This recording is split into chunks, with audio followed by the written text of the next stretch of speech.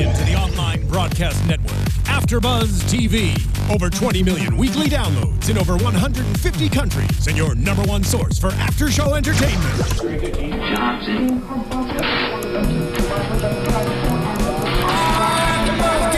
Afterbuzz TV, the destination for TV superfans, producing aftershows for over 300 of your favorite TV shows, interviewing celebrities and showrunners, and bringing you behind-the-scenes exclusives. All thanks to E! Entertainment's Maria Menounos, producer Kevin Undergaro, and internet leader Akamai. Now, let the buzz begin! Oh my gosh. I love that music. I'm going to miss that. Absolutely. It really gets you into it. Yes. If you don't know what that music is, then you probably shouldn't be watching the show until you've seen all the other episodes. But we are here in studio. We are so excited to do AfterBuzz TV's The Good Wife, episode 16. Only 7 more to go, the right? End, yes. Of course, season 7. The episode is called Hearing. And before we officially get started, I just have to say that I timed it because I couldn't believe it. 2.5 minutes, almost. I didn't get the exact second, of Alicia and Jason not wearing clothes at the beginning of this episode. And that shot down her chest, did you notice? Because I was kind of on boob watch a little bit. I thought they were being so careful. Oh, I wonder how many times they had to shoot that to make sure all is well for television. And for Julianna, because I'm sure that's not something that she would want to get into this point in her career. But anyways, I am your host, Courtney Henderson. You can find me on Twitter, Instagram at COUHEN, and my lovely co-host, Zoe. Hey guys, I'm so glad to be here on this rainy LA day. I'm Zoe Hewitt. You can find me on Twitter and Instagram at Zoe Said What. That's ZOE Said What. Awesome. Okay, now we can officially dig in. So, of course, the episode starts out with them just like laying on the bed. And I love how she takes the bite of the chip and then passes it down. It made me think how much time has passed. Like it felt like this wasn't just, they hooked up at work on Tuesday and now this is the weekend. It felt more like some days, weeks, maybe weeks had gone by. See, I almost felt the opposite. Really? I felt like you're right in the sense that they had this relationship suddenly that was fully developed. Yeah. And I felt like I was going, wait a minute, this just happened. Where's the rest? Wasn't that a little fast? So although it felt like they were very familiar to me, I felt like I also needed a little more behind it. You wanted more. So we're kind of on the same page because it was like they've been together for a long time, but you don't see how they got there. Yes, exactly. So it's like, wait a second, how much time has passed? Yeah, because... You don't act like that 4 days after the first time in the office, presumably. Well, yeah, presumably. But they don't tell us. I mean, it can't have been too long, though, because, of course, we see with the grand jury case, that doesn't seem to have, maybe a little bit of an escalation, but now there is a grand jury hearing, I guess. So maybe a little bit of time has passed. And I also... I wouldn't be surprised if, knowing that, these are the final episodes, boo-hoo, that they're not... I don't know, I feel like maybe they're trying to keep it a little bit, vague as far as, how much time is passing. Maybe. As we go through these final episodes. Right, and I love their relationship. I mean, I think it's been so nicely developed. I really wanted them to get together. It's just that I felt like they were suddenly thrown together. And did it make you feel, and I feel so weird saying this, did it make you feel a little icky? I kind of felt uncomfortable, maybe because that's not how the show normally is. And I was like, enough in bed already. I didn't feel icky. I didn't feel icky. Maybe I should have felt icky. I don't know what that says about me. No, just that I felt like I was watching these such personal moments. But that's what I love about it. And I loved her, this is the Alicia, I guess it's... You see the beginning of the show, right? And Alicia, and there's that iconic photo that they've referenced so many times throughout the seasons, standing next to her husband, looking up at him, and they change the colors, and she looks supportive, or she looks weak, or, whatever the case may be, whatever they're trying to kind of evoke out of her. Then 7 seasons later... She's got an arranged marriage, and this hot guy that's not wearing any clothes in her bed. And I don't know. I loved seeing this side of her because I'm not old by any means. She's not either. But as I get older, I think, I don't want to be like the gross old person that can't like be affectionate, or you know what I mean, like have a life. Like if I feel young, I still want to be able to like do young things, and that was so to me. Like, you don't see your parents doing that. You don't see adults. You don't think of them. But that's, I mean, hopefully that's what they're doing, because we're going to be them someday. And icky was maybe the wrong phrase. I think it's that also in thinking about the other times we've seen Alicia in these sex scenes and in these sexual situations, there's been more of a relationship that's developed. So with Will, when we did get those scenes, it's like you felt like they've been building up to this for such a long time. Even with Peter when we get them, which isn't that often, but sometimes we do. And so this one, maybe because it just felt so out of left field to me, it felt like, this isn't you. Like, put your clothing on and let this develop a little more.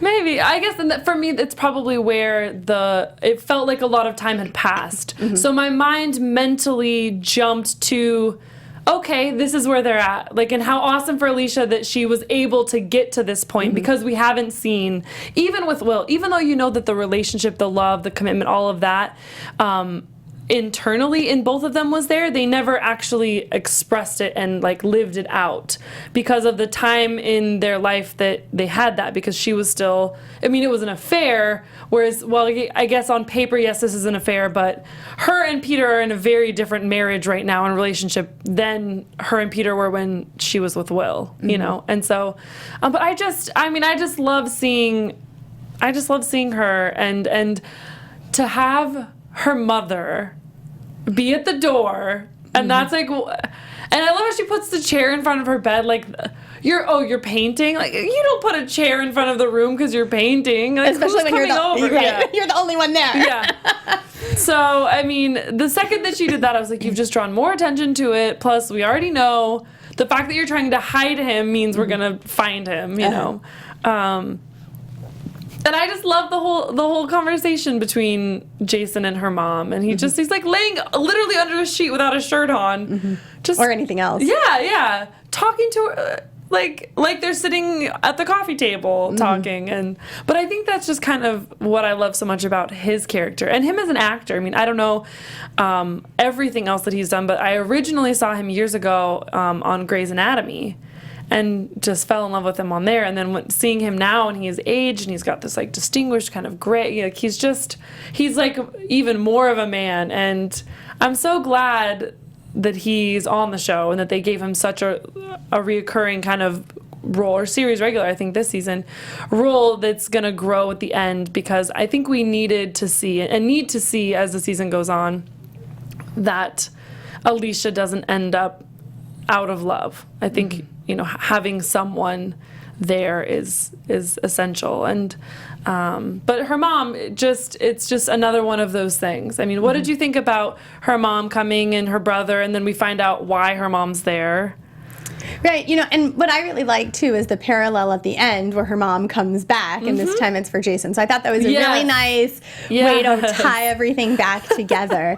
And you know, I like her family, so I'm always happy when we see Veronica and when we see her brother. Definitely. And so I thought, you know, sort of like her mom even said once they got there, like, oh, who cares about why I'm here? Like, here's a bigger topic. But sort of like that, like, okay, she lost her money, but that was clearly not an important part of the storyline, you know? No, not when there's a cute naked man in your bed. Right.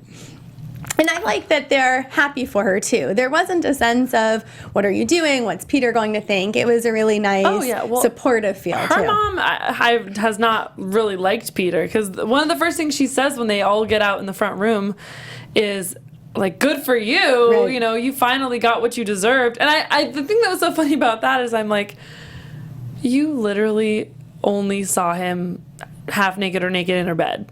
Like that, you don't know you don't know if he's good for her, you know, but it's just one of those where I think, I mean, I'm not a mother, I don't know, but you know, it's almost like a mother's intuition where she's like, can see that her daughter is clearly so happy and doing so well that it's like, okay, this has to have something to do with that. It's 3:00, they said like on a Sunday afternoon, like, she's in bed with a man, you know, that's a win-win. Like you said, it's a win-win. And like you said, a very different side of Alicia that we haven't seen. And I guess that's why I'm excited, because it's a side that I want to see, and I'm glad that, you know, they found a way to bring it into these final episodes. And I wonder, too, just logistically, I mean, how long have they known that they were going to end?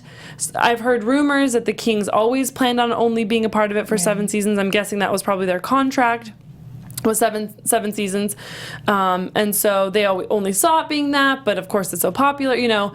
And so have they worked in these characters? Have they worked her mom and Owen and some of these characters that we've loved? Have they worked them back in intentionally, knowing, or was that just the way that it was going to go? I always wonder that about shows. Right, to be able to say goodbye. And, you know, through this episode, too, and even in the last couple, I've been thinking, are we going to even see Grace and Zach again? I feel like, especially this season, even last season a little bit, I mean, they've disappeared from the radar entirely. College. What happened to them? Like fake college, you know, Right, it's like clearly a way to get rid of them, and it's like bring them back. I liked them, and I thought they added a lot to the show. So the fact that they're gone, I sort of mourn for those characters a little bit. Like I thought there was that great storyline with Zach and his girlfriend Nisa, and I wanted to see more of that. So I hope they bring them back, so we at least get some sort of wrapping up before. I think they will, at least in one episode, and I hope, I mean, I don't know, finale episodes are always hard, but I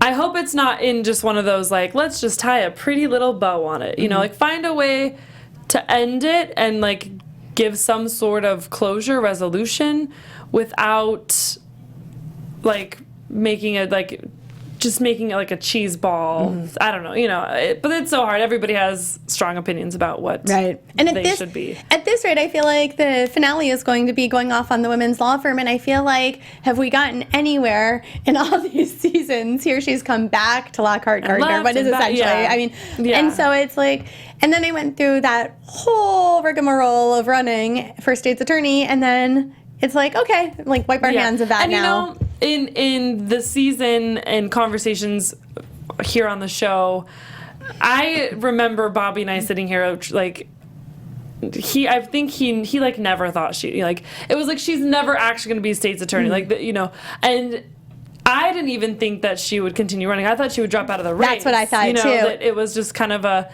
But no, you know, the show surprised us, and they justified it, and then they found a way to have it go away.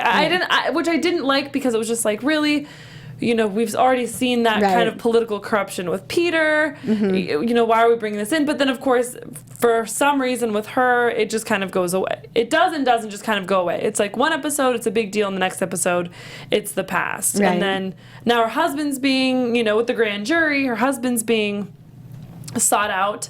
And I love the way they did this. This is the thing I love about the show is Eli, and only Eli's character could get away with this and have you, like, not hate him, is standing on a trash can in a handicapped bathroom at the courthouse, or, you know, wherever they're doing the proceedings, like, to listen to what they're trying to talk about, you know, and it's, you know, and it's like he's so bothered and just so put out by the fact that handicapped people want to use their restroom that's designated for them. You know what I mean? It's like, I know what you're saying. Come on, Eli. But at the same time, I feel like they've turned Eli into such a joke this season.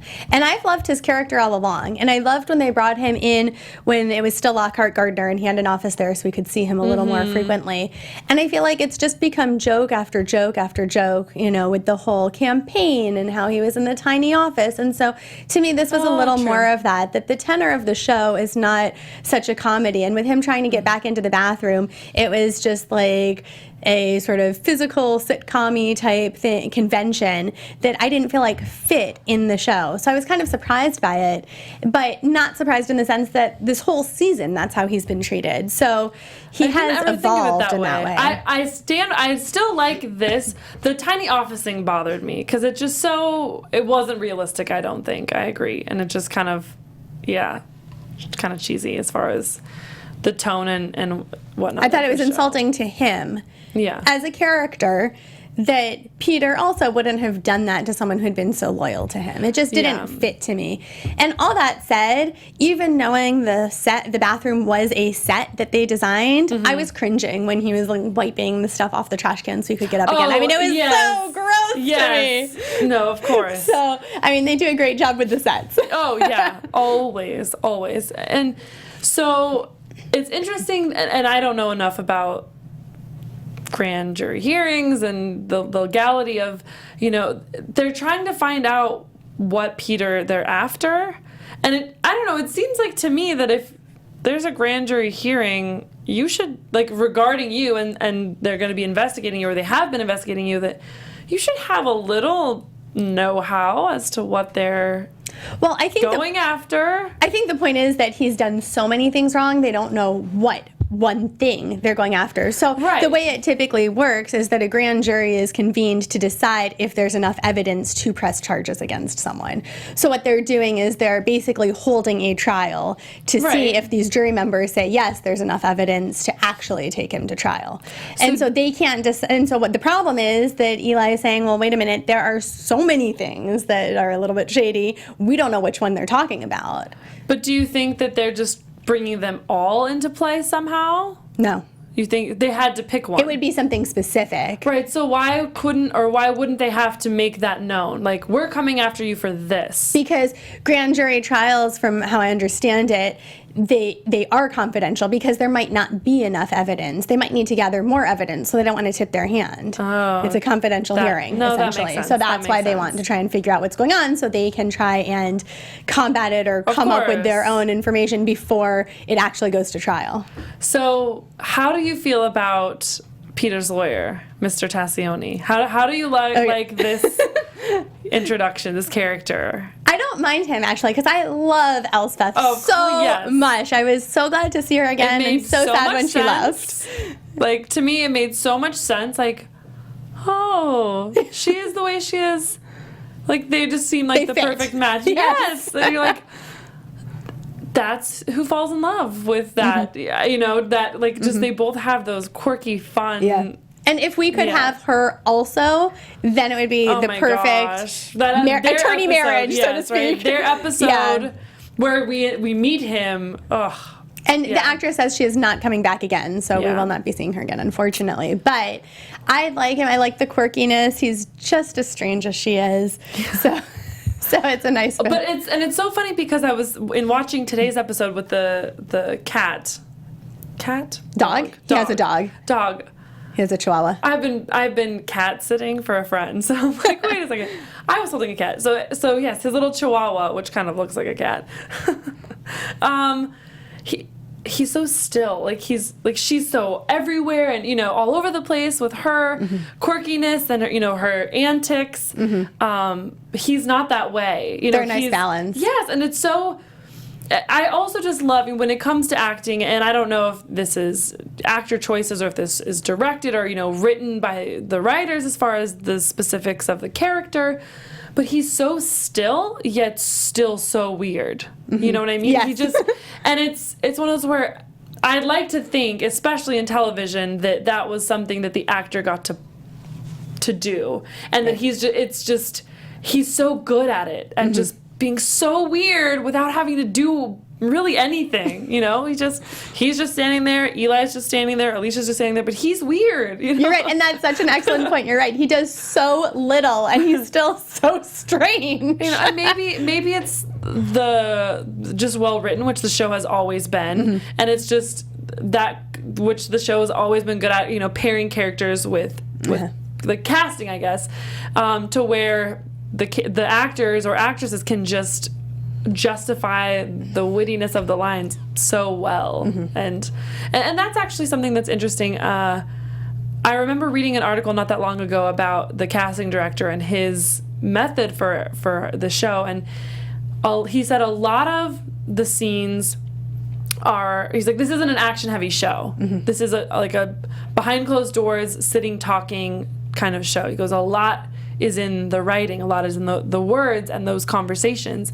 And so he said he specifically has looked and hired a lot of, first of all, it takes place in New York, so that's part of it, but theater trained. They take place in Chicago. Well, no, it's filmed in New York. It's filmed in New York, right. So but it takes place in Chicago. Right, in New York. Did I say You said place? Sorry, the filming takes place in New York, is what I meant. So with that, he's got access to lots of theater trained and theater actors. And so he said that's what he would pull from because they know how to hold a line. And I just thought that was really interesting. And so since reading that, I've watched the show. and kind of done a little digging on some of the characters, and it's really impressive how many of them have that background. And I don't know if you've spent a lot of time talking about acting, or you out there, if I don't know, I've been told a lot that it's so different, and then other people say no, acting is acting, and truth, you just bring your truth, and it doesn't matter if there's a camera or not, it'll capture it or it'll expose the lack of it, kind of a thing. But this show has so much, I think, truth and heart in the acting, in the actors, which is why every episode we have such strong feelings about the characters. Like, they've made a joke out of Eli, like, screw them, and where the heck are Grayson and Zach? And which I will say, I missed her in this episode, is Eli's daughter. I love She's her. become one of my favorites. I really like her. I don't remember if I said it on a show, but I have thought it actively since finding out the show's canceled. I really hope she's on a new show. Yeah. I really hope she's on a new show coming in the fall. So I haven't looked to see if that's happened. Maybe in the next few weeks we'll see, as pilots are kind of, as Deadline is exposing and and giving us all the goods on who's and what. But all right, well, let's talk about Diane and Carrie and David Lee. I just, kind of like you said, they brought Alicia back into the fold, and she's kind of gone full circle back into her original home, if you will. And nothing, everything has changed and nothing has changed. Right. David's a partner, Carrie's a partner, Diane, it's just, I guess, what do you think of that dynamic, and what do you think should happen as far as, Diane always wanting to define it. I'm like, you guys are Lockhart, August, Lee? Aren't you defined enough? And I don't know, it's, for me, I'm kind of getting over Diane, and never being satisfied with what is and what she has, because when Carrie and Alicia left, she ended up coming over with them, and then they ended up all back in. Alicia's on it, and it's just one of those where it's like, enough's enough. Just, you have a great firm, you have great coworkers, you have great partners. Just be a lawyer, just. Do your job. I can see where she's always striving, because that's the character of always trying to get to the top and the next great thing. But I also feel like, maybe in the same sense that they've turned Eli into this joke, I almost feel like the firm has too, that it's like, whisper, whisper, whisper, what are you doing now? Whisper, whisper, whisper, now we're doing this. And so I feel like there's a lot of jockeying for position that has become so comical, it's overshadowed everything else that could or would or should be happening instead. And instead it's, even in this episode, they were posturing going into Carrie's office so that Diane would look at them and be paranoid. It's just like a lot of silliness to me. Whereas I feel like the show started with a lot more sort of gravitas, and now it's, let's pretend to go over here so that Diane gets paranoid. And so I suspect we will wind up seeing the all-women firm, and I think that's where Luca will come in too, because also otherwise, what was the point? She's got this great relationship with Alicia that dropped off really this episode. We saw her only so briefly at the end, but I feel like she'll probably come back in. She's too good a lawyer not to, as well. Yeah, they have to acknowledge what happens to her now. She's enough of a part of the show that they can't not. I don't know if it will happen. Well, okay, let's get into predictions. Unless there's something else you want to talk about first. No, I'm good with predictions. I feel like we've woven them in this whole show anyway. And now, your Afterbuzz TV predictions. This makes me feel like Halloween music. Always. Lights. I know. I love it, though. So, predictions. So, what I was going to say is, I wonder if I would love to see Kalinda somehow back. I feel like for her to have been a series regular on the show so long, and in a roundabout way, kind of the heart of it. In some ways, I feel like Kalinda's kind of what held Carrie and Alicia together. Like not outwardly, you don't see it, but now looking at it, it's like they were both very connected and tied to her. Oh, that's interesting. And now they're more distant, and that's just one reason why, I think, you know what I mean? Because they both worked with her, trusted her, worked well with her. And so now they don't have to go to each other to figure out what she's up to or how to get a hold of her, Yeah. She's not coming up to them, talking. But I understand why she had to go the way she did, and I think that was right for the character and right for the show. But I just really want to see her again. Mm-hmm. And I feel like because, unlike Will, who was killed off the show intentionally because otherwise they would almost have to bring him back at some point. It doesn't really resolve anything going on between them, keeping him alive, where he could come back. She could. And so I would love to see that somehow kind of work in, and with Jason, and them ending up having to work together, and maybe Kalinda comes back in with the all women, maybe that's how she gets involved. I don't know, but I would love to see that. I don't really think the all woman firm thing will happen. I just don't think there's enough time. I think there's too many other good storylines that is just sort of to keep Diane busy till the end, which is so sad because she was such a great character and amazing actress. If that is how it plays out, if she's just kind of being brought along because she's on the show, and I don't know, that wouldn't do her justice. And I guess I should have more trust and faith in the Kings because they brought us this far, and I'm going to be so sad when the show is over. I will be too. And while I see your desire for Kalinda to come back, my prediction is that we've seen the last of her. Yeah. I think that she had a nice goodbye, and we've said goodbye. I do think, like I said, I think the all-women firm is coming. I think there are too many women that they've also introduced this year. I can't even remember the new associate's name, the one who was suing them, or who, for discrimination. I mean, they were like, Luca, you're going to love her. Yes. You're like, really? Whatever her name is. Really? Only because they're both black. Yeah. So, that was a great sort of storyline and response to them being sued for the diversity issue. Or not sued, but I think they had been reported for it. So we've seen her, we've got Luca now, we have Diane, we've got Alicia. I mean, there are 4 strong women already. And then even when they were doing the photos last week of the women, there were at least, even though we hadn't met these other women before, there were other women in that photo. Just associates in the firm. So I do predict that we will see the all-women firm come into play, but past that, who I'd like to see come back, and she also disappeared. I think she wasn't a popular character. Robin. I liked her. She kind of grew on me. For the other investigator when they were at that new firm. And I think they brought her in to try and see if she could replace Kalinda for predicting, they knew Kalinda was leaving. Yeah. And I think it didn't work out. My guess is there just wasn't enough sort of fan support for her. And she just completely disappeared. And I kind of liked her. What happened to Robin? I liked her too. I felt like she held her own when the two firms went their separate ways, and so it called for separate investigators. I mean, I would much rather see Jason. If I had to choose any investigator, I would much rather see him than any of them. I mean, not even just, I love him as an actor. Like, he's just one of those people that, I'm a fan, and I will follow and watch what he's doing. And so it's kind of like, oh my gosh, I never know his name.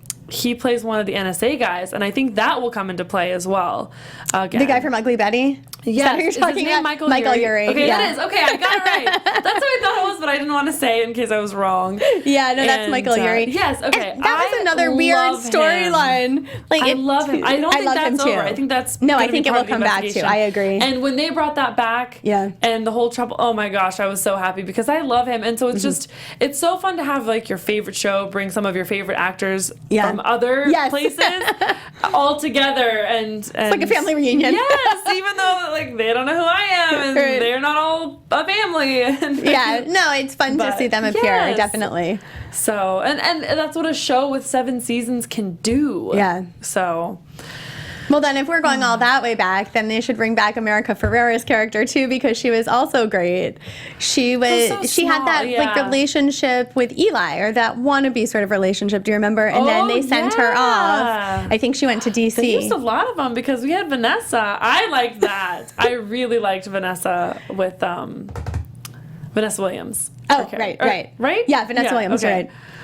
I was like, that wasn't Vivica, that was Vanessa. No, it was Vanessa Williams, you're right, yeah. I really like that. And you're right, now that we're talking about it, you're right, there are lots of Ugly Betty alums. But I really like, they must all just be in New York. Well, the show shot out here. Like we bet he was in Los Angeles.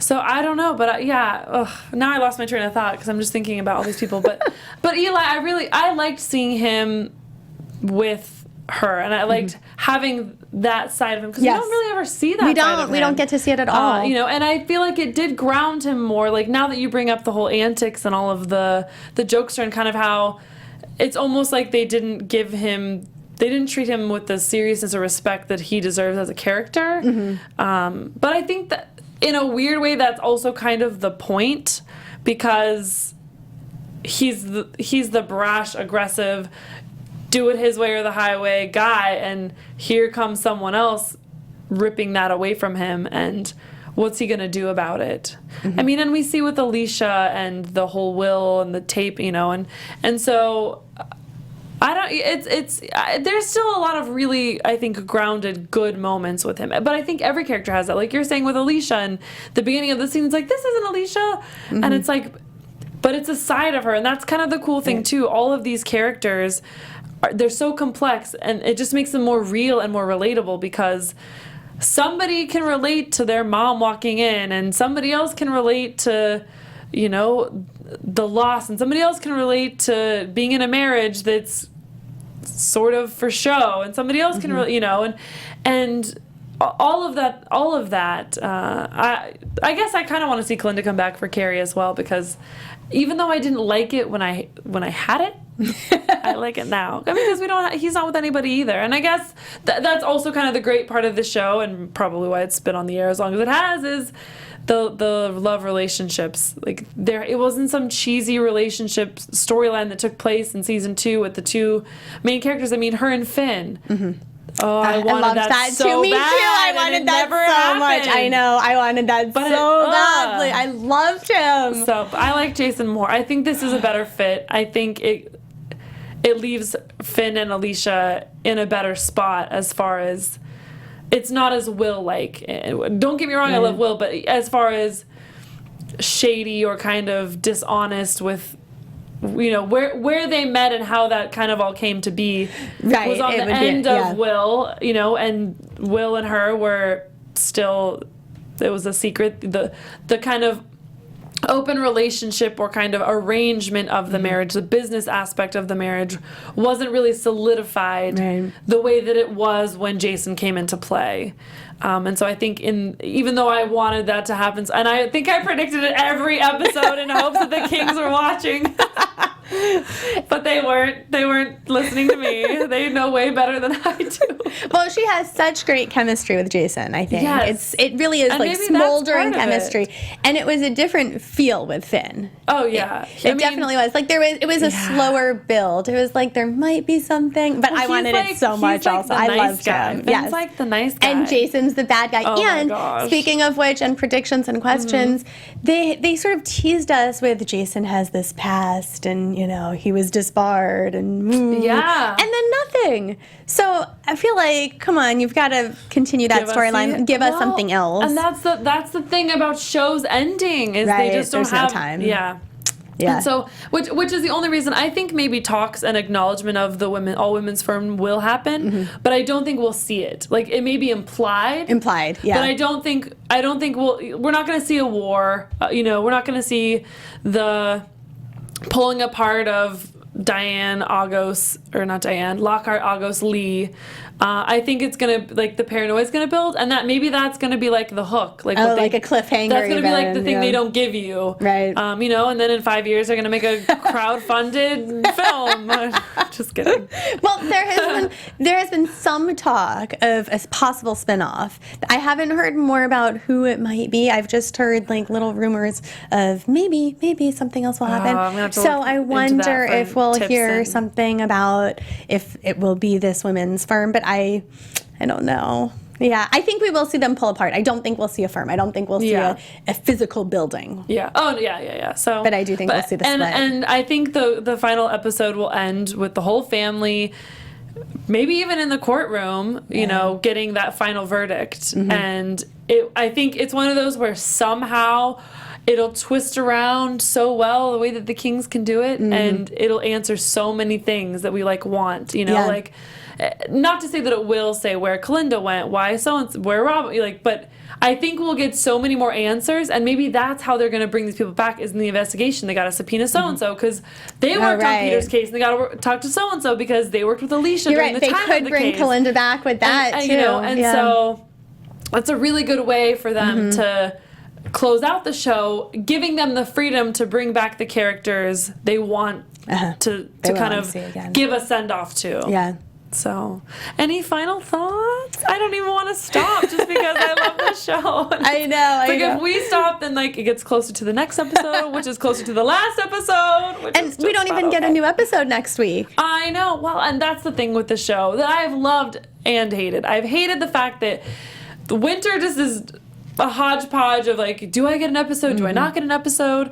But I've also loved that despite that and award season and everything that takes place, this show has held its own and won awards and kept 24 or 22 episodes full length the whole time. I mean, so many shows now are doing that half season. Right. You know, and they haven't done that. They don't do the winter finale. Big winter finale. Like Scandal does that. And I mean, it's the evolution of television and where things are going. But I love that they were able to stay grounded in where they started and kind of keep that structure and make it work for them and kind of justify and say, you know what, remember when we did 24 shows and hour-long procedural or hour-long, you know, and it worked and people loved it and they came back after winter wanting more, you know, and but you know it is the evolution of television and it'll be really exciting to see what happens with the next characters in the next episode because they don't give us like the sneak peek either. And well, that's how we can tell there's usually that's what I watch for. Yeah, no, always. So all right, well, tell us where we can find you. You can find me on Twitter and Instagram at Zoe Said What. That's Zoe Said What. You can also find me on YouTube where I do a weekly movie analysis show and Zoe Hewitt hosting. And you can find me on Twitter and Instagram at Cohen, Couhen. Thanks so much for joining us and tune in next week. From executive producers Maria Menounos, Kevin Undergaro, Phil Svitek, and the entire Afterbuzz TV staff, we would like to thank you for listening to the Afterbuzz TV network. To watch or listen to other after shows and post comments or questions, be sure to visit AfterbuzzTV.com. I'm Sir Richard Wentworth, and this has been a presentation of Afterbuzz TV. Buzz you later. The views expressed herein are those of the hosts only and do not necessarily reflect the views of Afterbuzz TV or its owners or principals.